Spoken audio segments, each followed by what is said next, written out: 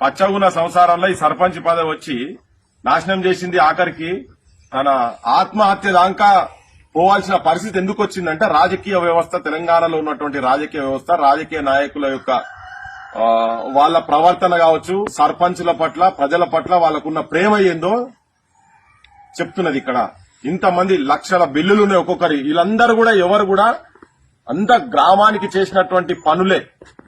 వాటికి బిల్లులు రాక ఇబ్బందులు పడి, మిత్తిలు మీద పడి, వడ్డీలకు చక్రవడ్డీలు, భూచక్ర వడ్డీలు అయ్యి ఉన్న సంసారాలు ఆగం చేసుకుని పల్లెలనే వాళ్ళ కుటుంబం లెక్క చూసుకొని వాళ్ళు ఏదన్నా నా గ్రామం అభివృద్ధి అవుతుంది అని చెప్పని వాళ్ళు అనుకుంటే వాళ్ళ సంసారాలకే చిచ్చు పెట్టుకుంటారని వాళ్ళు అర్థం కాకుండానే వాళ్ళ ఊబిలోకి వెళ్లిపోయినరు. ఇలా తన నువ్వెంత అమ్ముకున్నా అన్నావు ఇంత ముందు? ఎప్పుడు అమ్మినావు? మొన్న 20 గుంటలు అమ్మినా, అంతకుముందు 20. ఎన్ని రోజులైంది? 1 year. ఒక సంవత్సరం.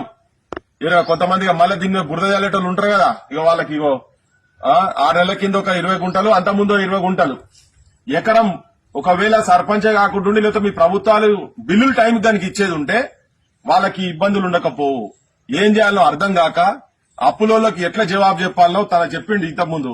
దగ్గరలు కావచ్చు, దూరములు కావచ్చు. మళ్ళీ గవర్నమెంట్ మొన్న ఏం చేసి 150 కోట్లు రిలీజ్ అనగానే ప్రతి ఒక్కరికి మాకు వచ్చినాయి అనుకుని వాళ్ళందరూ వచ్చి